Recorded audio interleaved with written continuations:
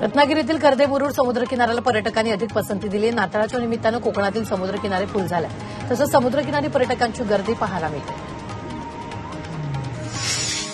नाताळच्या सुट्टीत रायगड किल्ल्याला मोठ्या संख्येनं पर्यटक भेट देत आहेत. या शिवभक्तांप्रमाणे शैक्षणिक सहली रायगडावर येत आहेत. तसंच वयोवृद्ध नागरिकांचाही यात समावेश आहे. छत्रपती शिवाजी महाराजांसमोर नतमस्तक होत किल्ल्याची माहिती घेत आहेत.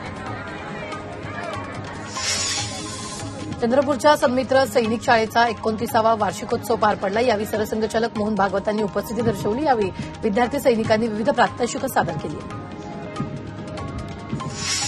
पंढरपुरातील विठ्ठल रुक्मिणीच्या मंदिरात नाताळच्या सुट्ट्यांमुळे गर्दी झाली आहे. मंदिरात दर्शनासाठी 5 तास लागत आहेत. त्यामुळे भक्त निवास, धर्मशाळा, हॉटेल, लॉजही हाऊसफुल झाले.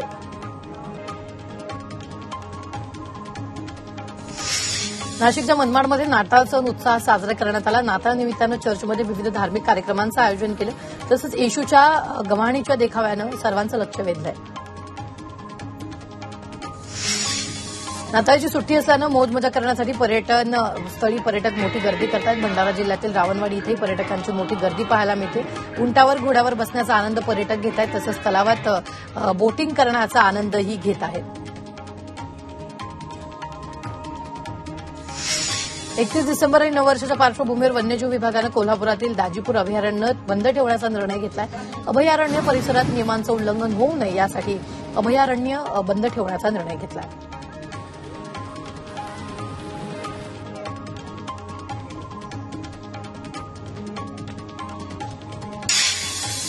विधानसभा निवडणुकीचा निकाल जाहीर झाल्यानंतरही महानगरपालिकेतील 585 कर्मचारी मूळ कामावर परतले नाहीत.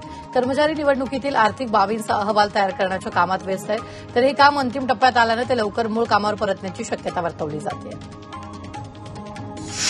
सातारा जिल्ह्यातील करंडी गावातलं आरोग्य केंद्र 5 वर्षापासून धुळखात पडलं. या 2 मजली प्रशस्त अशा प्राथमिक आरोग्य केंद्राला डॉक्टर आणि इतर स्टाफच दिला नसल्यानं हे आरोग्य केंद्र धुळखात पडू नये अनेक वेळा ग्रामपंचायतीकडून प्रस्ताव देऊनही याकडे दुर्लक्ष केल्याचं गावकऱ्यांनी सांगितलं.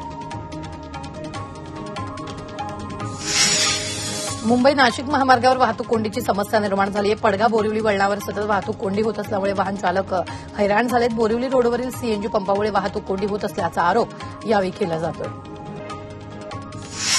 नाशिकच्या हर्सुल परिसरातील अनेक गावांना भूकंपाचा धक्का बसला. यावेळी कोणतीही जीवितहानी झाली नाही. तर खबरदारीचा उपाय म्हणून नागरिकांनी रात्रभर मोकळ्या जागेत थांबून रात्र काढली आहे.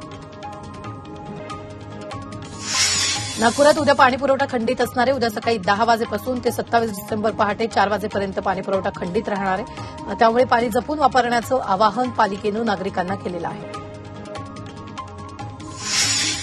कोल्हापुरात अमृत योजना अंतर्गत बांधल्या जाणाऱ्या पाण्याच्या टाक्या 10 जानेवारीपर्यंत कार्यान्वित करण्याची मागणी केली आहे. आमदार अमल महाडिकांनी कोल्हापूर महानगरपालिका प्रशासनाला मागणी केली. त्याचबरोबर जलवाहिनीचं काम तातडीनं करण्याच्या सूचना देण्यात आल्या.